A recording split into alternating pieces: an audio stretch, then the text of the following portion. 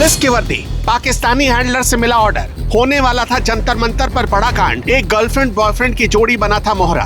शुवेंदु अधिकारी की एसटीएफ ने पाताल से खोद निकाला पाकिस्तानी साजिश के तार। छात्र आंदोलन की आड़ में जैश ए मोहम्मद की हुई थी एंट्री। 400 पाकिस्तानी अकाउंट से भड़काने का चलता था खेल।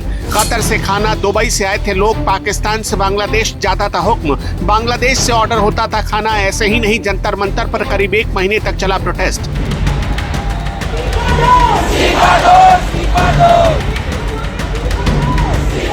दोस्तों, भारत के खिलाफ एक बहुत बड़ी साजिश की तैयारी कर ली गई थी और उस साजिश में पुलिस की वर्दी को ढाल बनाने की बात सामने आई है। पश्चिम बंगाल से एक ऐसा खुलासा हुआ कि सुरक्षा एजेंसियों के कान खड़े हो गए।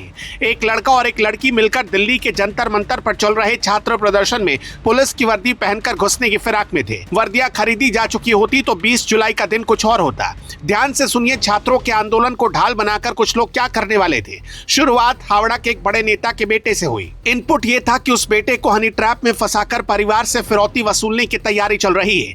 उसी लाइन पर एक महिला का सोशल मीडिया अकाउंट खंगाला गया। वो अकाउंट अर्पिता सरकार का था। उसी अकाउंट की चैट और कॉन्टैक्ट से जांच का रुख 23 साल के मोहम्मद हमीम मंडल की तरफ मुड़ा। यानी एक फिरौती के इनपुट से निकलकर जांच सीधे एक आतंकी मॉड्यूल के दावे तक पहुंच गई। एसटीएफ ने हमीम को पूर्वी वर्धमान से उठा लिया और रातों रात कोलकाता लाकर पूछताछ की।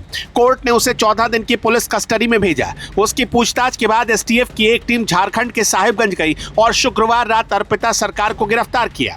हमीम की शुरुआती पहचान इंस्टाग्राम पर बनी। उसके बाद बातचीत व्हाट्सएप और टेलीग्राम के जरिए एन्क्रिप्टेड ऐप पर शिफ्ट हो गई। ऑनलाइन बातचीत के जरिए उसका ब्रेन वॉश किया गया और उसे बंगाल में एक नया मॉड्यूल खड़ा करने का जिम्मा दिया गया था। उसके पास से यूके और मैक्सिको के इंटरनेशनल सिम कार्ड बरामद हुए। बताइए, भारत में बैठे बैठे उसने यूके और मैक्सिको के सिम कार्ड तक हासिल कर लिए। कितनी बड़ी साजिश के तार हो सकते हैं ये। एसटीएफ का दावा है कि हमीम के पास से मुख्यमंत्री शुवेंदु अधिकारी के कार्यक्रमों और आने जाने से जुड़े दस्तावेज मिले। एजेंसी के मुताबिक पिछले दिनों मुख्यमंत्री की रेकी की गई। खास तौर पर यह देखा जा रहा था कि वो कहां बिना सुरक्षा के जाते हैं। शुरुआती जांच में ये बात सामने आई कि शुवेंदु अकेले नहीं थे। कई पुलिस ऑफिसर और राजनीतिक नेता भी इसी मॉड्यूल की टारगेट लिस्ट में बताए जा रहे हैं। अर्पिता का काम इसी में जुड़ा था। आरोप है कि वो नेताओं और बड़े लोगों से बातचीत करके जानकारी निकालती थी और हमीम तक वो जानकारी भेजती थी। पूछताछ में हमीम ने बताया कि करीब 10-12 दिन पहले पाकिस्तान के रहने वाले हम्माद ने उसे पुलिस की वर्दियां खरीदने को कहा था। हम्माद को शहजाद भट्टी गिरोह का साथी बताया जाता है। वर्दियां किसी को हाथ में नहीं देनी थी, दिल्ली के एक तय बस स्टॉप पर पहुंचानी थी। टास्क ये था कि जंतर मंतर के छात्र प्रदर्शन में पुलिस की वर्दी पहनकर घुसना है और वहां हिंसा फैलानी है।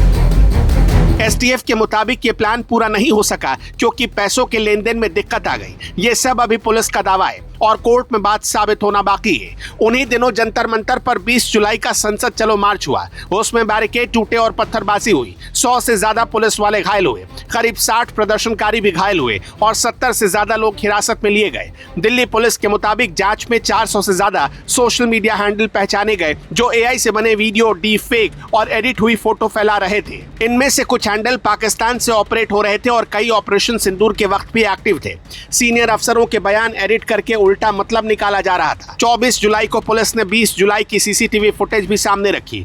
इस कैंपेन को नकली बनाकर जो फैलाया जा रहा था वो था पुलिस की मारपीट का फुटेज, मौत का दावा, गोली चलने का दावा। एसटीएफ जिस साजिश की बात कर रही उसमें वही चीज असली बताई जानी थी। वर्दी पहने लोग छात्रों पर लाठी उठाते और जो कैमरे में रिकॉर्ड होता तो फिर उसे पूरे भारत में फैलाया जाता और कहा जाता ये देखो दिल्ली पुलिस के लोग क्या कर रहे हैं। गनीमत थी कि सही वक्त पर दिल्ली से बंगाल तक की पुलिस की मुस्तैदी ने सब कुछ रोक लिया। जंतर मंतर का प्रोटेस्ट हमेशा से सवालों के घेरे में रहा और विदेशों से फंडिंग की बात सामने आती रही।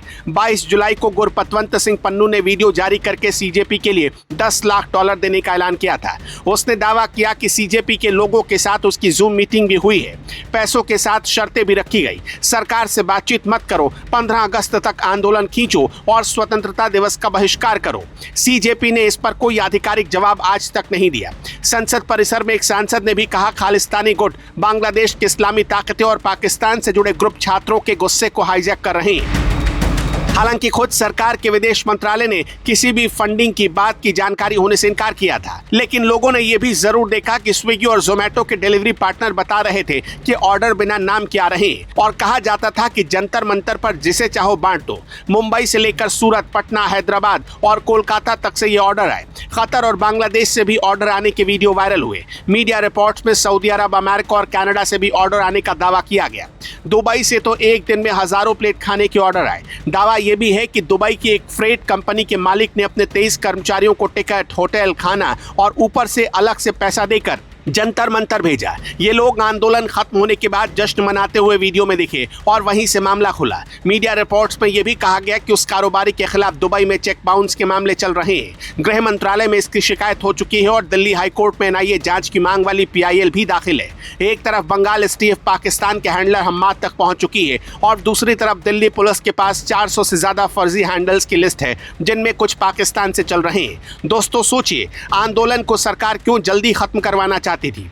क्योंकि प्रधानमंत्री मोदी तक इसकी रिपोर्ट पहुंच चुकी थी। इसलिए भले मोदी ने अपने मंत्री को कुर्बान कर दिया, पर देश पर आंच नहीं आने दी।